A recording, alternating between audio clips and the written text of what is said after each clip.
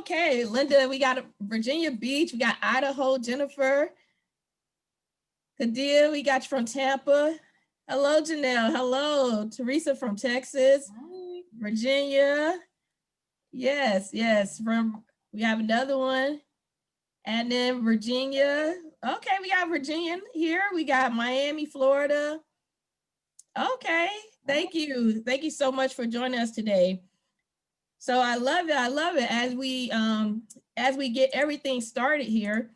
So thank you so much for joining us today, and welcome to the Bold Moves Experience. And this is going to be an experience for sure. It's leveraging workplace relationships part 3, and it's the cost of conflict in your career. And today we have the special honor of welcoming Dr. Christy Monk. She's going to be facilitating today's event. But let me take out time to introduce myself as well. I'm with the University of Phoenix. My name is Verlinda Saunders, and I'm a community relations specialist here in the Atlanta area. There's my email there. So if you have any questions, concerns, comments, I love to hear feedback.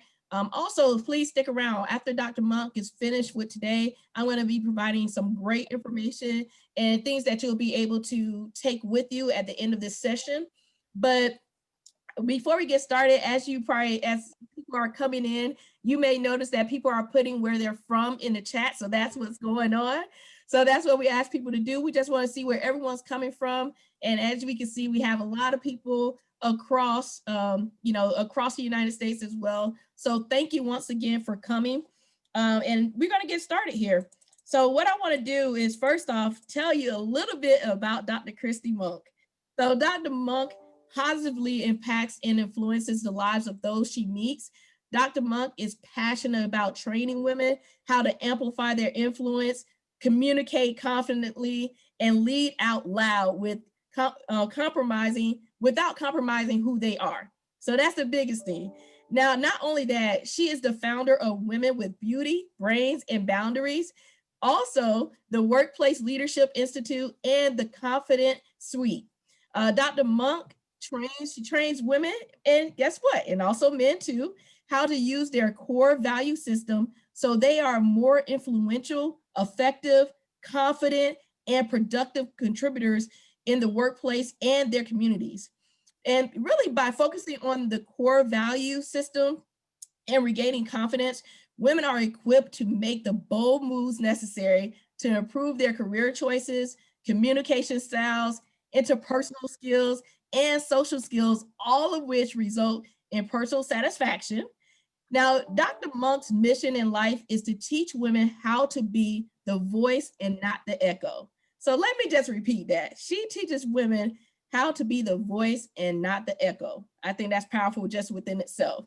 And when women work with Dr. Christy Monk, they learn how to stay, STAY, true to who they are. And what this means is they stand in their power unapologetically, take control of their thoughts and actions, assess whose help they need, and yield to their authenticity. Now, Dr. Monk is a doctor of management.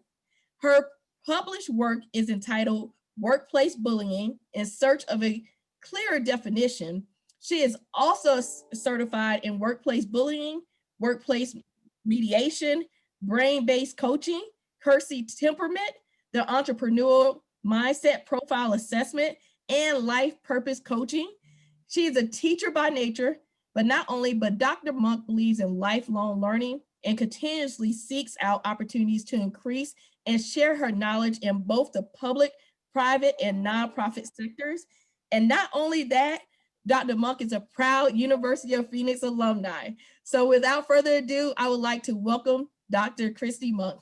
Well, thank you, Belinda, for having me yet again. We're at the top of the year. This is a great time to start talking about conflict, right? It's a very timely conversation.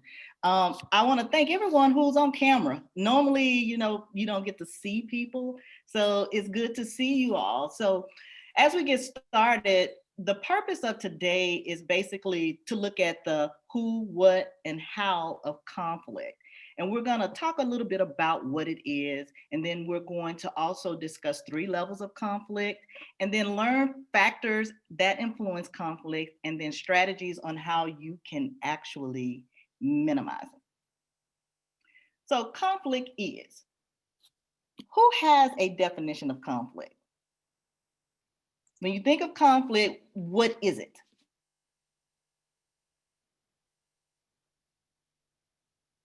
I would say a disagreement. It's a disagreement, yes. And there are some other components of the disagreements. What are the disagreements typically founded in? Difference of opinion. Yes. And what else? Can someone put their phone on mute? Or can everyone put their phone on mute if you're not speaking? Thank you. So conflict is basically disagreement, and it can be founded in how we communicate. It can also be founded in our personality styles, and it's just a difference in of opinions. And when we think about conflict and just where you are right now in your life, who actually is in conflict with someone right now? And just put a number 1 in the chat if you're in conflict. And it doesn't even have to be work. Conflict is conflict, whether it's work related or personal. So in the chat, just put who's in conflict. And just to even take the definition a little further, a conflict is a clashing of it's a disagreement as in between ideas and interests. So basically our perspectives. So because I see something one way and I have past experiences from somewhere else, I bring that to who I am. And when it doesn't align with someone else, that can be where conflict actually comes in. So who engages in conflict?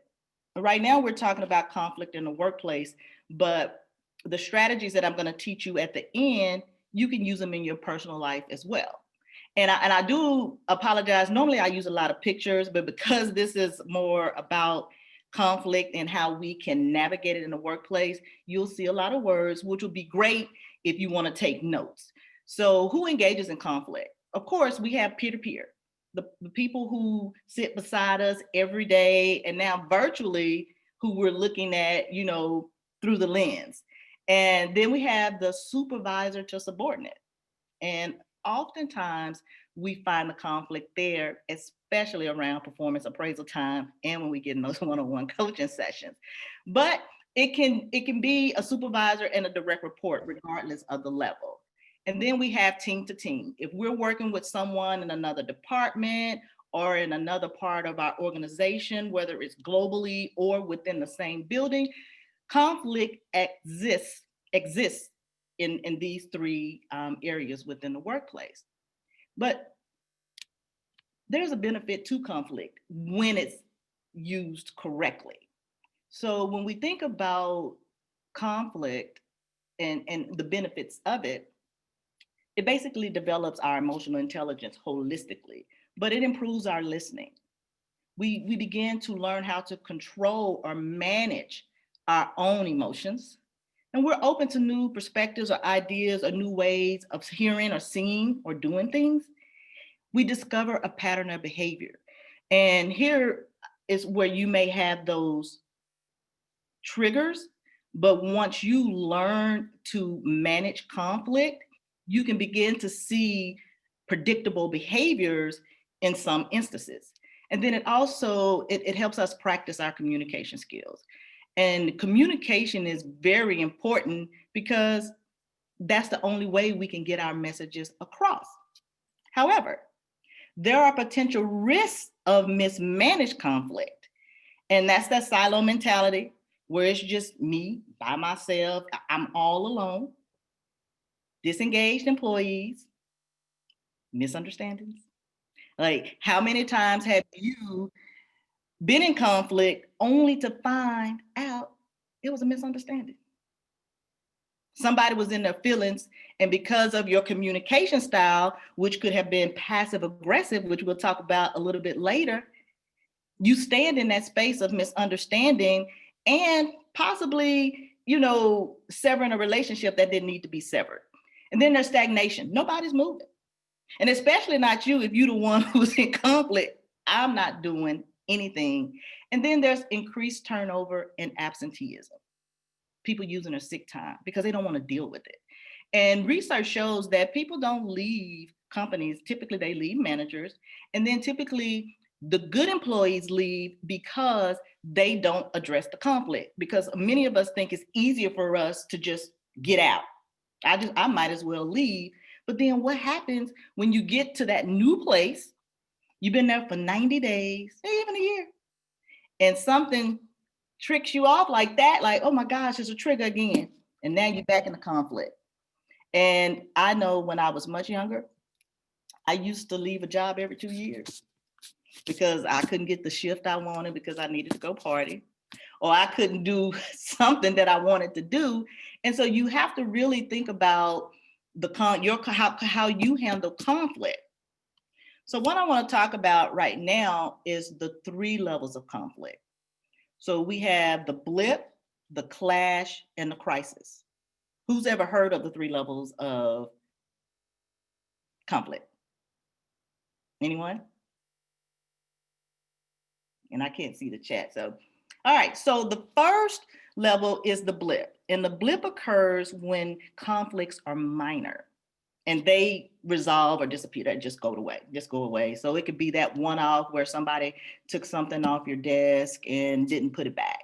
Then the clash is when the conflict is disregarded. It impairs the capacity of the relationship to satisfy the needs of the other person. So basically what we're looking at, I'll give you an example, is let's just say Jean is your coworker and she used the coffee cup to water your coffee cup to water the plants. And you ask her to find another way to do it, but she did it again. She's disregarding what you say. And that's how we get to that level 2 of the clash, because we're disregarding what someone has brought to our attention as a part of the conflict that we're having. And then the crisis is where conflicts they threaten the continuation of a relationship. And this can be where I've told you when you cut me off or just interrupt me when I'm in a meeting and you continue to talk over me. First time you'd be like, oh, okay, sorry, I didn't know. That's a blip. Then, okay, 3 months go by and it happens again, but it happened in every meeting almost that we had. And I brought it to your attention again. And then the crisis is, it's just blatantly disregard for me sharing with you the conflict that I had with you about something you've done.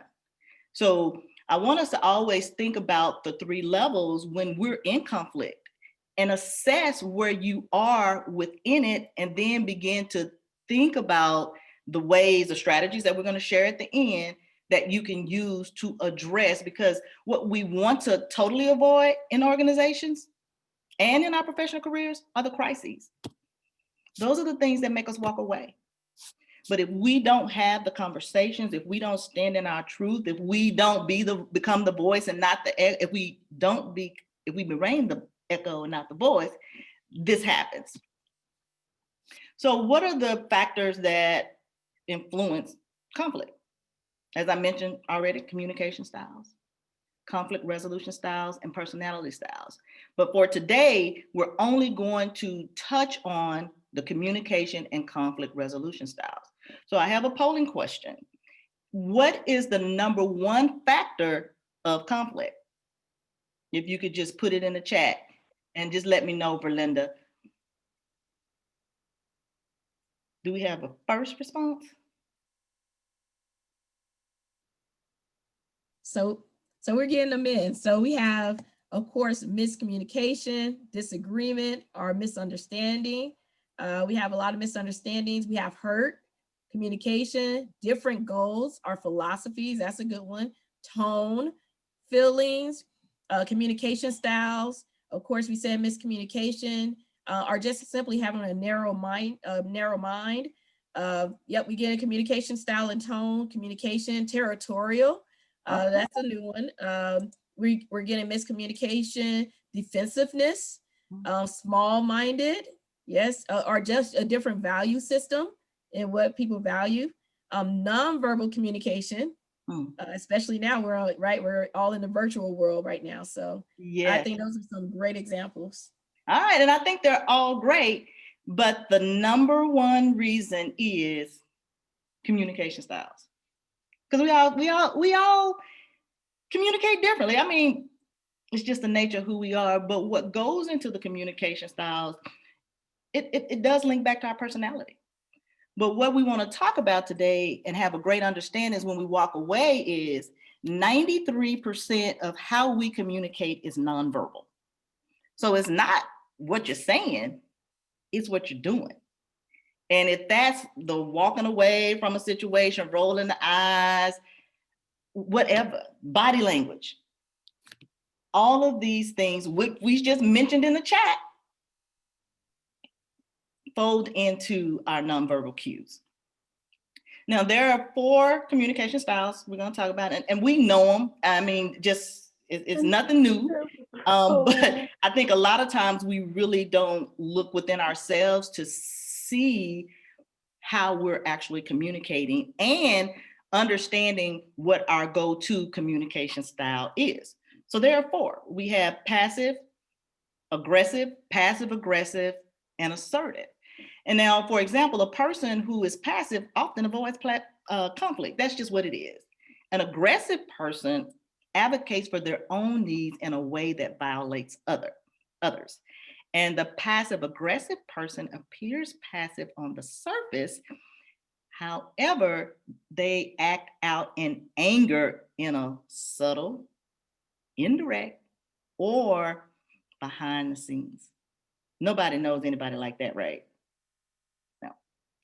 So the sweet spot of communication, and I always share this, is the assertive person.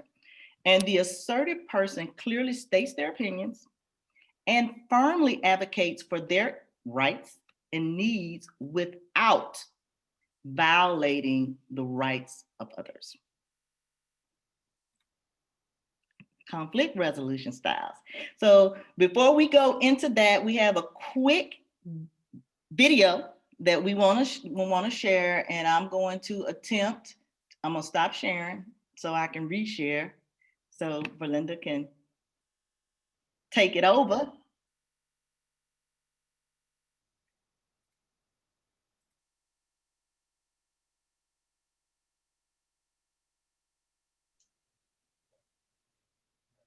Can you hear it? I think you have to enable the sound on the video.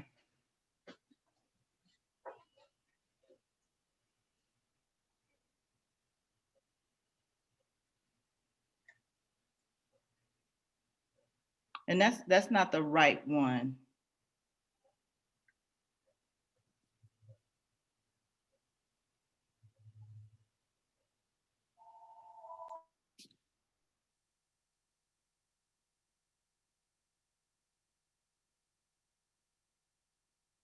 Okay, yeah, that's not the correct one. So let me just, if you can just give me back access, Verlinda.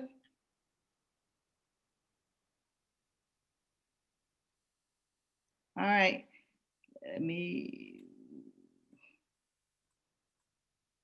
sorry, just one moment, you guys.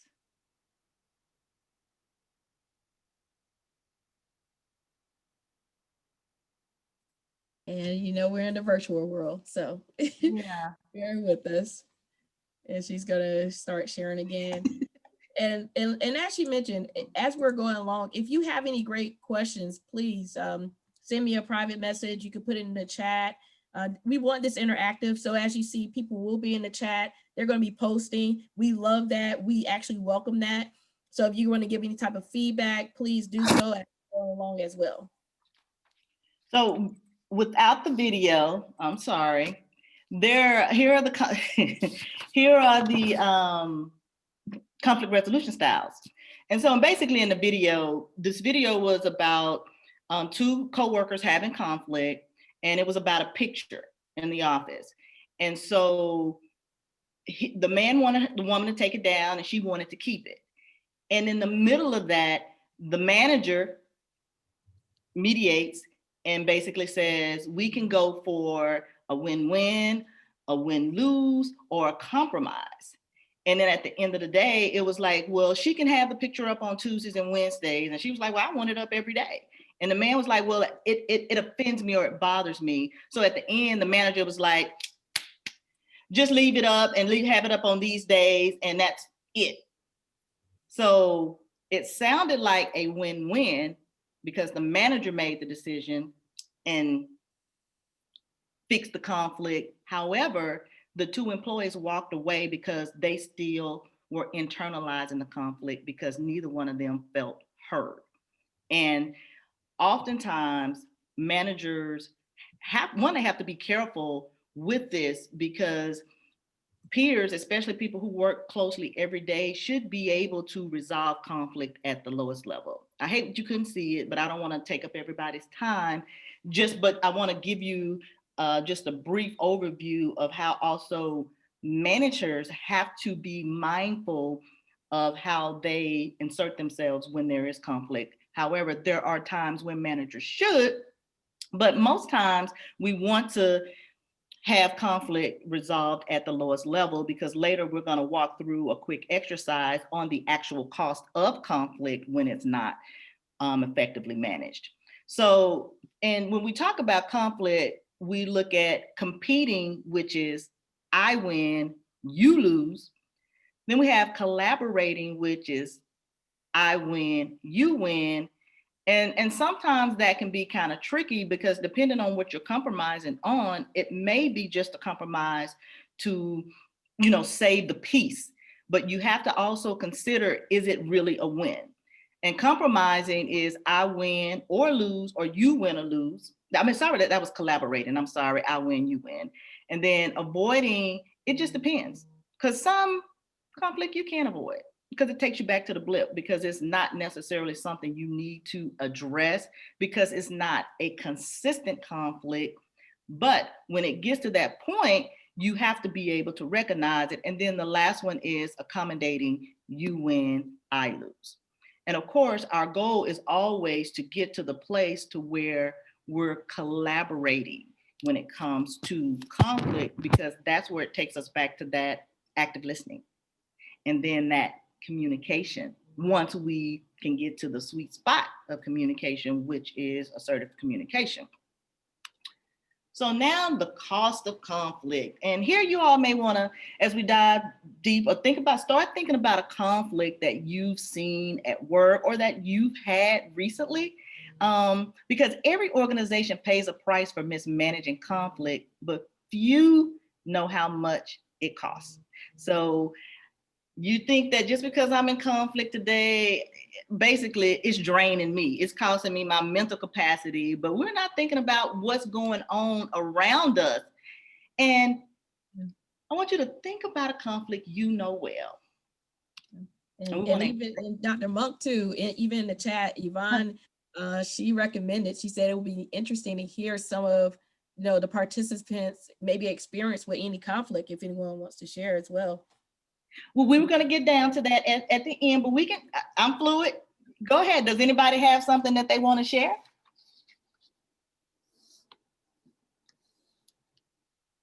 And this is the first round, and like Dr. Monk mentioned, she's going to get to it at the end as well. So if anybody has something they want to share, just you could come off of mute and you could share your experience. If you maybe recently had an experience, or maybe it was an experience in the past that you would just like to share with everyone.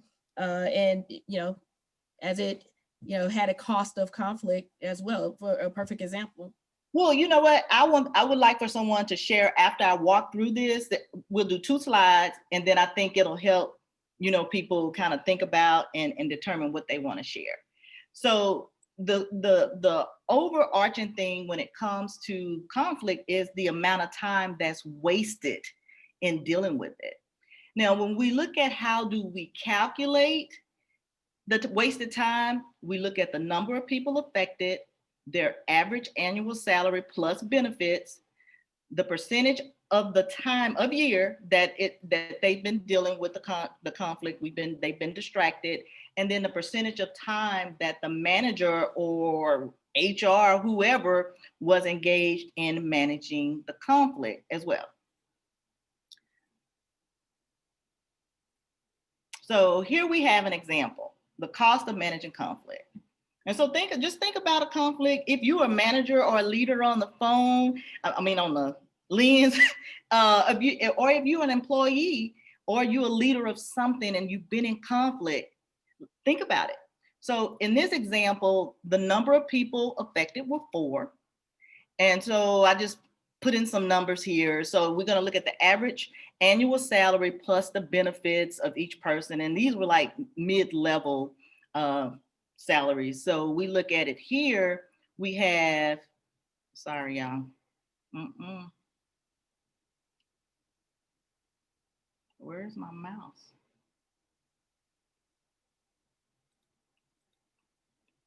Sorry. So here we have the average salary was like 146,000. And then when you take the salary, divide it by 26.1, and then get that and divide it by 80, it came up to $70.31 an hour. So the percentage of time that they were in conflict was half a year, which is 6 months. So the percentage of time that they were in conflict it's just 12% of the time. So you would take 1 hour a day for 1 hour, basically 20 hours a month over the course of 6 months, which comes to 120 hours. Then you times that times the 12%, and then you times that times 4, you come up with $33,748.80 spent on managing one conflict. That's just one. And when you think in terms of organizations, what if you had 15 people in 15 different conflicts? This is at the crisis stage, because this is something that's gotten out of control. When you think of 6 months out of a year that somebody has a conflict, and we talked about the things that go into that. People become stagnant. We have the silo mentality where people are calling out sick. When you think of the conflicts, and if we have any leaders on the phone, what's your perspective? I mean, when you have to manage conflict that can be managed at the lower level, what does that do for you and how you spend time with the other people or the other things that you have to do? It takes a lot of time, and it's unnecessary time. That's why it's important for us to understand how we can resolve conflict at the lowest level. That's why it's important for us to understand our own individual communication styles and personality and how we resolve conflict. And we have to work to undo some of the beliefs that we've had about how we handle conflict, because I think most of us can say we can be passive aggressive because it's easy to do. We just don't, it's just easy to not want to deal with anything. And now to go back to, does anybody want to share a conflict that they've had? And now that you're kind of thinking about some of the things that go into conflict that you probably could have or should have addressed it, but didn't. Or you should have addressed it in a more timely manner, and it festered into something, and it caused you to walk away from a job. It caused you to walk away from a relationship. Does anybody have a story that they would like to share? If you would like to, you can go ahead and either come off of mute and you can share your story. And also I have a few in the chat, but if you want to start off with if you want to go ahead and tell your story in person, you can go ahead and share now. We can start with Diane. I've never heard this articulated this way, and it's very impressive to, we think about costs in terms of a whole bunch of different things, but I've never in all my years so far had it thrown at me this way. And I'm looking at the slide and I'm thinking of people not being productive, shutting down, not speaking up at meetings and problem solving, and they can't share ideas. So we can't really get to the heart of issues. So we are so much more unproductive. The fear of being bullied, and people go around the back way and they can't face it. So they go and they avoid. And I'm thinking right now about, someone being overly aggressive and taking over, like in a work group, for example, even, and people not putting boundaries up so that everybody can share in the work group. So an example happened a couple weeks ago where I had to set an agenda for the meeting and say, like, a ground rule, because I knew two people were going to dominate the meeting. And I didn't want, it wasn't like a confrontational type of thing, but a generalized thing. I said that the presentation is going to be presented, and then we're going to go around the table and hear everybody's viewpoints, and then we'll go around again. In other words, because I knew that these two people were going to come into the meeting and take over the meeting and not let other people speak. And that's a really difficult thing, because then you don't get everybody's perspective, which we need to get more of. And this is a patient safety issue in my facility, in a hospital setting. So, you have to be able to communicate. I'm really enjoying your presentation. Well, thank you, Diane. And thank you for even sharing one of the strategies, because I think that most leaders, especially people leading meetings, you should set expectations. And especially when you know your team and you know who's going to try to dominate or overpower. It was great that you put that parameter in. And I think probably over time, your other team members would then begin to speak up more, and they'll see, okay, well, yeah, so this is a safe space. So thank you for sharing that. Anyone else? I like to share. I'm Vicki. Hi, Vicki. Hi, and I agree, it's a great presentation. As a project manager, I'm for conflict because of your numbers. And when you're working on a project, and if there's conflict, some conflicts can defunk or over budget your project. So I'm always trying to troubleshoot to see, where the problem is. Is there a real problem? Sometimes it could be a problem, but again, like you have it here, it's about managing the conflict, identifying it first, and then being able to assess it and to be proactive in it. So because of the bottom line, at the end of the day, nobody wants to lose money. Everybody wants to make money. Everybody wants a raise. Right. And even when you're thinking about project management, I'm glad you mentioned that, there are risk factors that you have to account for, when you're building out your project plan. And I don't think I've never seen one that conflict or, miscommunication is focused on, but I think it has to be in order for you to be able to move your project along successfully, because you need to talk and you need to understand each other, and you have to understand different perspectives in order for you to be able to effectively, bring that project, to fruition. So thank you for sharing that, Vicki. Anyone else? This is good. Thank you for sharing. Christy, can you hear me? Yes, I can. Hi, Janelle. Hello, dear.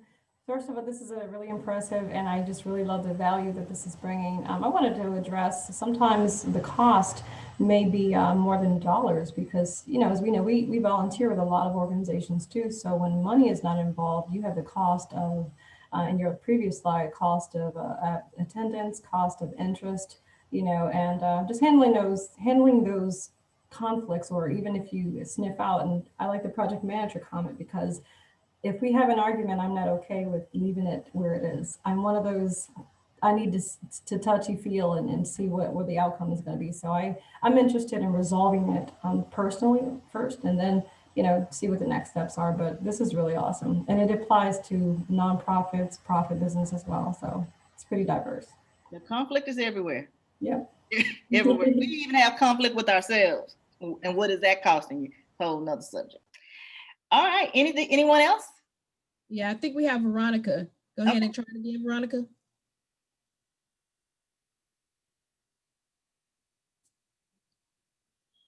No, we can't hear you yet. No, okay, so she's talking and I can't hear her, but if you want to put it in the chat, Veronica, feel free to do so. I'll just read yours And I'll read a couple of other examples while we're waiting for Veronica to put hers there. Okay. But I know we had Tanilla. She said her experience has been with interpersonal conflict, where people who have personal issues with her that does not have to do with, completing a task or assignment. And this also can be very draining because of the negativity and the need to want to oppress her as well. So then she gave her example there. And then we also had Winona. She said she had a conflict with a supervisor and a colleague, and she had to leave the job because the conflict was not getting any better, and it ended up affecting her health. And there was a lot of office gossip and abuse of authority in her situation. Wow. Wow. Sorry to hear that. And with that, as I mentioned, people leave because of, and just even, tapping into what she just shared is additional factors are, one is reduced decision quality, loss of skilled workers. Sometimes organizations may have to restructure and you get a new manager, somebody you've never worked with, disengaged employees, healthcare costs due to stress, and then training new staff. So when you have all of these factors that morph into unresolved conflict, it is costly. And just as Janelle stated, it's not always about the money, but I think that most of us, regardless of the level that you sit at within an organization, we don't think about it. You may see it more in human resources, but just think about day-to-day interactions that we have to have in order to get work done, and the people we have to work with. And we still spend the majority of our time with our coworkers, even if now we're looking at them on Zoom. So you have to still take those things into consideration. We might can't be in the same place, but then even think about when we do, some of us go back into the workplace, things are going to be different. And so it's important to get right now, and so we can be better once we go back into the workplace. So, but what's the solution? So how do we do this? Does anybody have anything else they would like to share before I move on to the 3 strategies that I'm going to provide, 3 steps to resolving conflict? Dr. Monk, it's Monica. Hey, Monica. Hey, so I know for me, being a project manager, even currently, I have an issue with kind of like trying to calm down the aggressive personality, where they literally may be having a temper tantrum. You could tell where people don't feel safe to speak, or where they may just be quiet. And then as a project manager, I know I have been guilty of, I feel like it's a threat. So personally, I feel like it's a threat. So I'm trying to not respond aggressively. So I need to work on the assertive part. I'm not quite sure how to control that type of personality, and it's very difficult for me. Sometimes, for the most part, I'm quiet so that I don't respond in the wrong manner and get, slapped on the hand because this person did. So. Okay. Well, and we're going to talk about that in just a minute, Monica. We're going to give you a few steps that you could use. And thanks for bringing that up. And I'm glad that everyone here is probably not in a position where they're managing people, but they're managing projects. And it's still the same thing. When you manage people in managing projects, but your overarching thing could be, you may only work with these people, 6 months versus a whole year. Because, typically once the project is over, you moved on to something else, especially if that's your primary role in an organization. So you're constantly meeting people, or having to deal with different personalities. So, the unfortunate part is you have to it's not unfortunate. The fortunate part is once you begin to understand the different types of styles and how people respond, you can get to a place to where you have a better understanding of them. And I think the best way for that is that you do the personality assessments. Personality assessments basically are just a baseline. It's not who you are holistically, but it does give you a baseline as to who you are and what you prefer in, the workplace, and just how you are. And then the other thing about that is if organizations were to effectively use personality assessments, it's the DISC, the Keirsey, Myers-Briggs, whatever, color, whatever. And if you intertwine it into the day-to-day interaction, really using it to seek to understand the people on your team, and not just saying, oh, we just have a piece of paper, we did this exercise, so I'm a D, I'm dominant, you know, that type of thing. But how do you use that to leverage and create a culture where people are thriving, respecting each other, and ideas are and perspectives are honored? So I'll share one thing, Dr. Christie. This is Sandeep. Hi. Yeah, so real quick, and I think it's a people management. I have managed a team anywhere from 20 people to almost 3,000 plus people. Not personally as a direct manager of all 3,000 people, but it's a large organization. And I do agree with you what you just said. The individual task conflicts are always there. But I think when you have a personality conflict or value conflict, I think it's a big, what I call the non-starter. And the strategy, again, I'm not going to go into the solutioning here, but just, one of the strategies that I adopted, let the big boys and the big girls figure it out by themselves. Again, that's a mature approach. But again, certain things cannot be solved. So you have to give a time, let the relationship breathe, but at the same time, intervene professionally when it's required to do so, and let them, help them understand the perspective of each other. And I have tried that. Again, I'm not saying it works all the time, but in many cases, when they understand, they're both trying to solve the same problem, but with a different style. The question is more of a style than a goal than the conflict. But when somebody understand and acknowledge the goal, then the conflict eventually goes away. So I have seen that it works for me, but yeah, there has been some mixed learning on that scenario when it comes to people's management. No, I totally agree with you. So thank you for sharing that, Cindy. And then, and I did get the message from Veronica as well. She was able to put in the chat, as well as Bonita. Bonita said she had a conflict with a coworker. That was harassing her every day. And she even had others to do the same. She said she started in our meetings and then she did it because she wanted her position. But on the other hand, Veronica shared that she ran into a conflict with a colleague where she would constantly challenge her topics and ideals.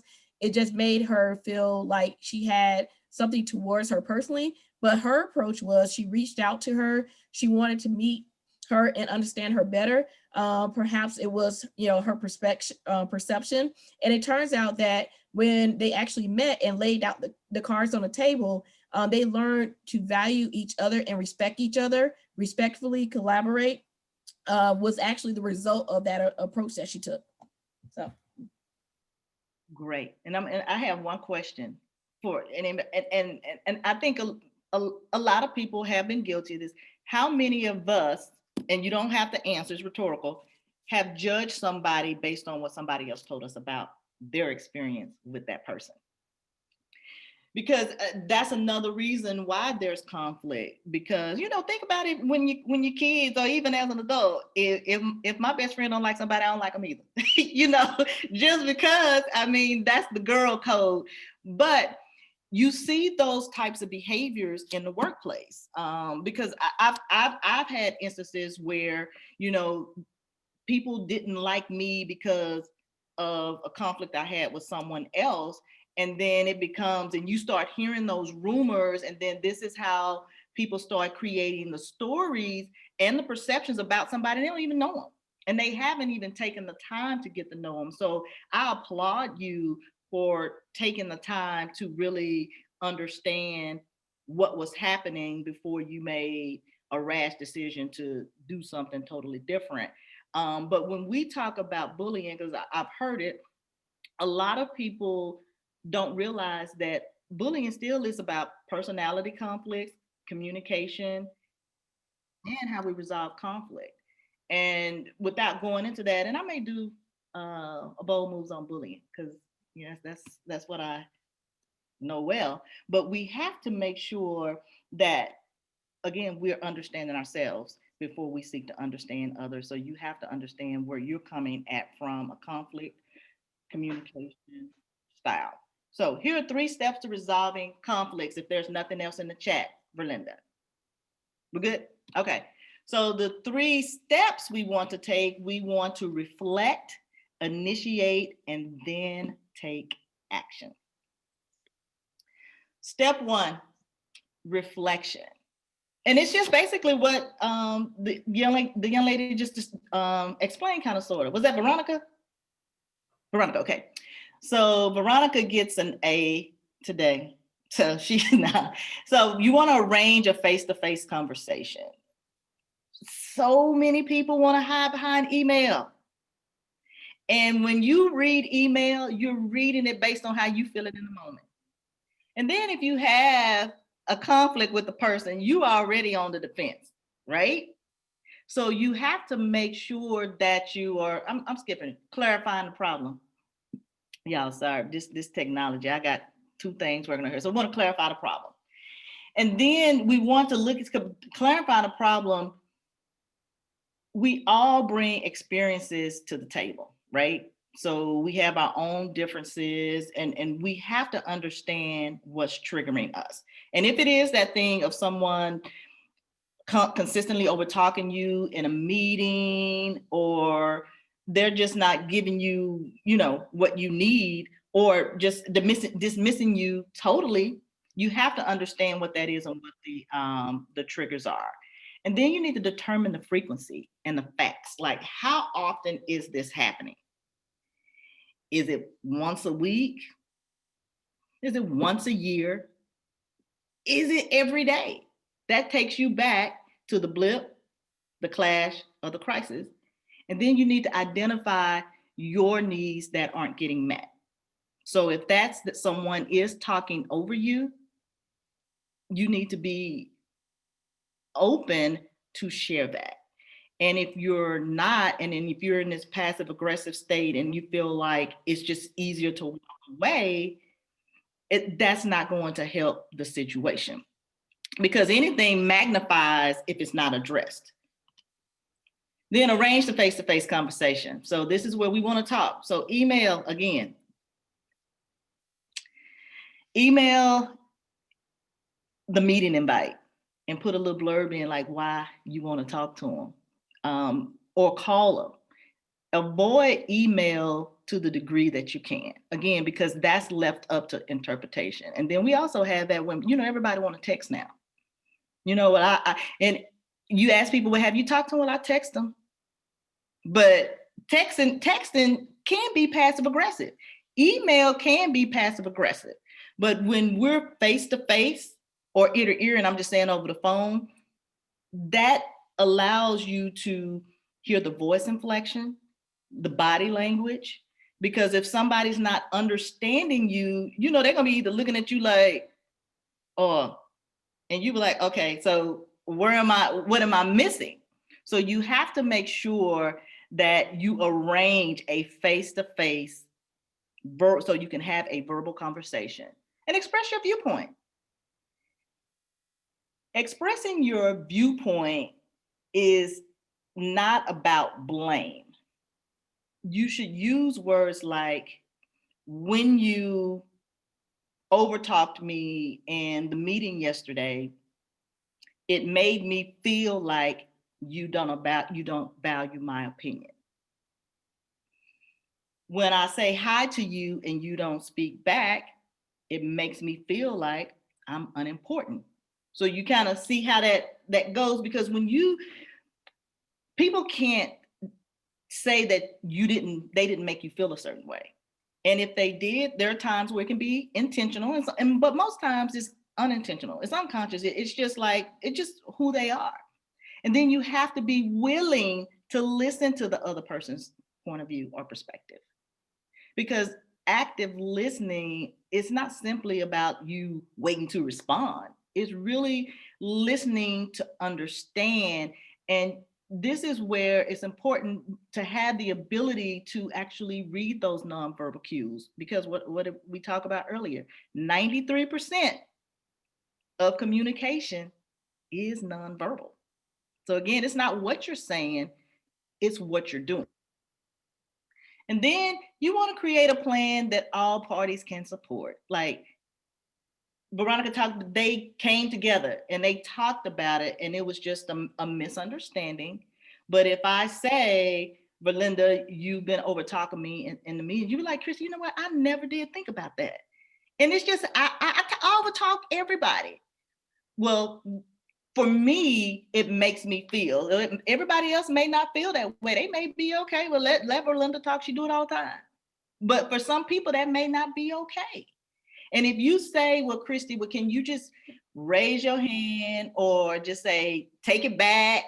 Let me know when I do it so that I'm aware of it. Give me a safe word, something, and do what you agreed to do.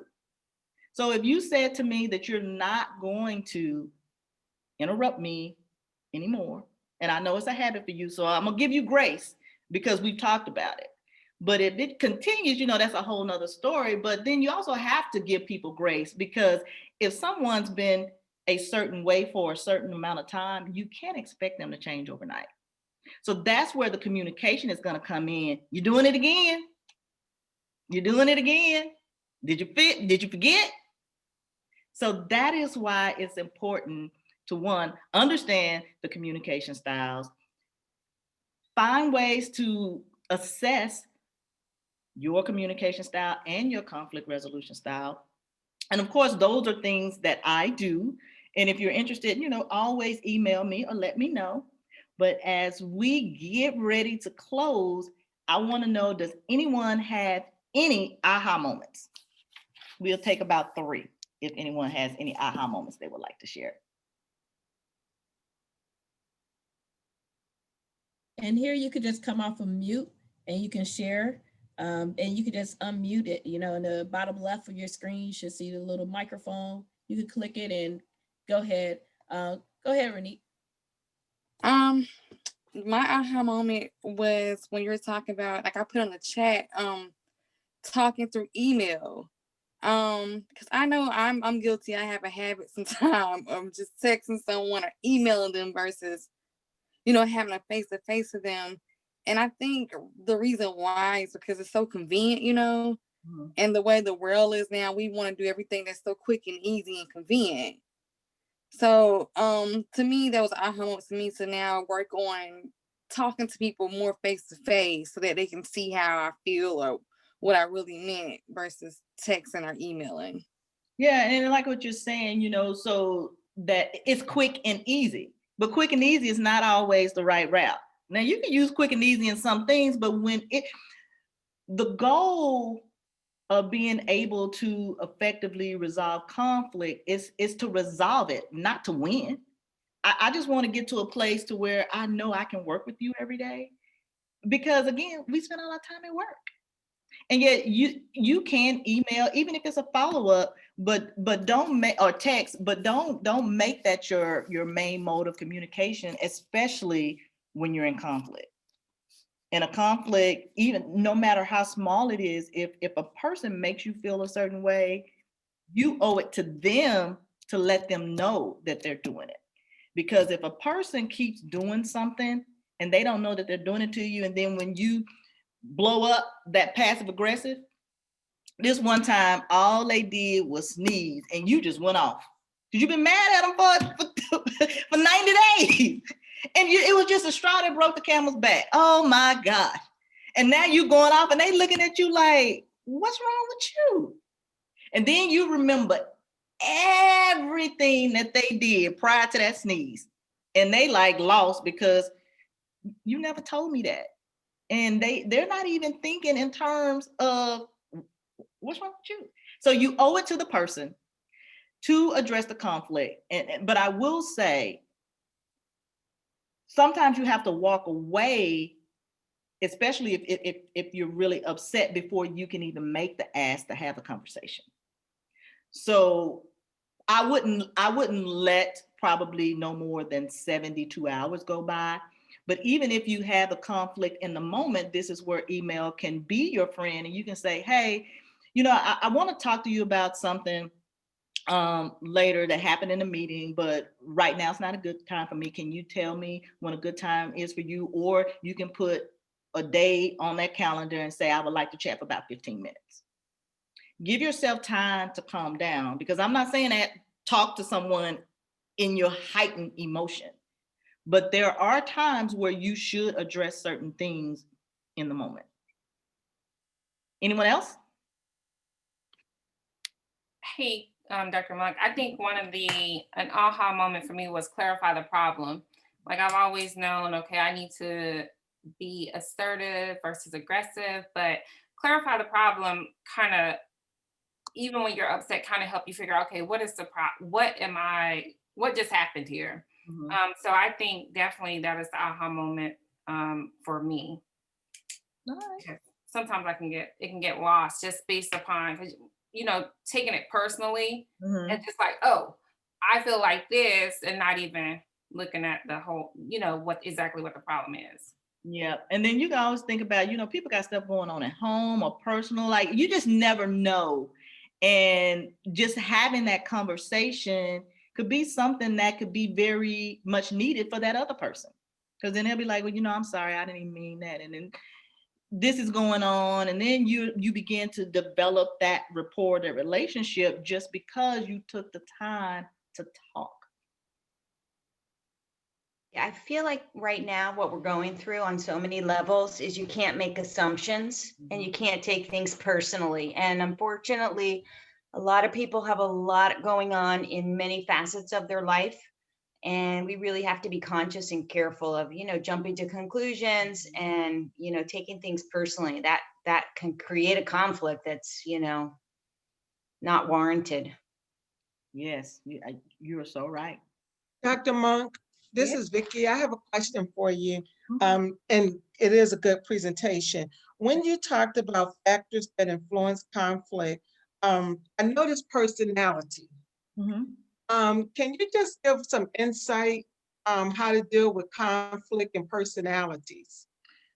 Well, first, again, you have to understand who you are. And when you talk about, it still goes back to passive aggressive, but I'll go to introvert, extrovert. Introverts, of course, we know are very engaging. They like to be, around people. And whereas an introvert, they get energy, from being alone. And when you think about the workplace, introverts can be perceived as not pulling their weight. They don't talk. They don't know anything. That's why I say it's important to get a personality test so you can kind of understand who you are and what you bring to the workplace. But I think, again, it all goes back to communication. So if someone's being aggressive, you have to bring it to their attention. And personality is really about getting to the root of who you are. And I can't go into a lot. I mean, I can't just say, well, this is what you do, but the components that go into that, it's just basically what we're talking about here. Because if there are personality differences, you still have to clarify the problem, what's wrong, and you respond to most things just based on how you responded to them in the past, based on your experiences. So people are still bringing their experiences into, situations when you still have different personality types. So I would say, like, I'm a D, if we look at a disc, whereas I may have a team member who's an S. And so they're asking all these questions and all that because I'm direct. I'm like, ooh, why are they asking so many questions? But I have to, that's why I say when organizations conduct personality tests, they need to make sure that they're infusing that into how people work well together, or how they work together. Because if I know, I'm gonna just say Monica is an I and I am her manager as a D, she shouldn't have to acquiesce to me because I'm the manager. I should learn how to communicate in a style where she receives it. But a lot of people don't see that. Okay, I know I'm a D, she a I, so let's just let that do. But no, how do D's and I, how can we work well together knowing that I'm very direct and she needs more nurturing in her communication? So for me, I should work to give her what she needs to meet her where she is, because I think one of the things I talked about earlier was people need to address their needs. So your needs have to be spoken. So it still goes back to communication, Vicky. At the end of the day, it goes back to communication. And knowing yourself, emotional intelligence, that's a whole nother thing. So as we're coming to an end, great questions, great dialogue. I thank you all for sharing. We still have more to come. So the next Bold Moves experience is going to be communicating confidently. So we're going to still talk about communication. And right now we have the 5 styles of communication, but as I've been listening, I've been kind of taking notes, but we're still going to talk about communication, and that's going to be on February 3rd, same time, same UOP channel, February 23rd, and you can register. And then we're going to have the Career Development Unplugged series, The Influential Encounter with Robin Butler, happening on January the 26th. And then Family First, Parenting is a Profession for Remote Moms and Dads Navigating the Virtual School, with the moderator, Teresa Williams, and that's happening on January the 28th. And we have the bit.lys and the QR code that you can use. And then to explore more options, please reach out to Verlinda. Here you have the QR code for that. And we would love to hear your feedback. So if you could take a few moments to share your feedback on today's workshop, scan it. Here's the bit.ly. We would greatly appreciate it because it helps me partner with the University of Phoenix in developing, the series and the talks that you all need in order to become more effective and influential, because we want to make sure that everyone is leading from their core. So Verlinda, I will turn it over to you. Yes, and so thank you so much, Dr. Monk. And as you can see, I've been putting the links in the chat. So I'll give you a second. If you can, definitely click on the survey to give us your feedback, because as she stated, that really helps us to know what's making an impact and what's not, and what we could do more of and what you want more of. And we love hearing from you. As she mentioned, if you want to request additional information about our programs, or maybe you're looking at upskilling, or maybe you just have a couple of ideas that you want to go around, please let us know, and you can definitely have shared the link. But once again, thank you so much for joining us. Don't forget to connect with Dr. Monk on LinkedIn. I will be sending up a follow-up email with the recording as well as the resources that were listed today. And we just want to thank you so much for taking your time and sharing with us and learning with us. And also the links for the upcoming events are also there. And we look forward to seeing you in the future. Yeah, we had someone say that the link is not working. Which one? Let's see. For the survey? For the survey? Let me see. Let me give you this one. All right, thank you. Let's see.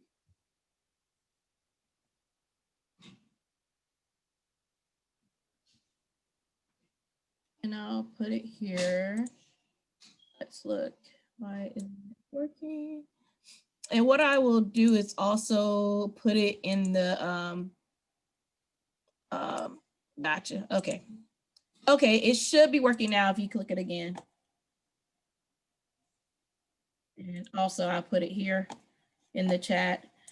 Thank you so much for letting me know that it should be working, up and going. Here's the long link. Thank you so much. And like I said, if you feel like this was relevant, or if you just think you want to hear more, then please just check out the link, give us some feedback, let us know how we're doing.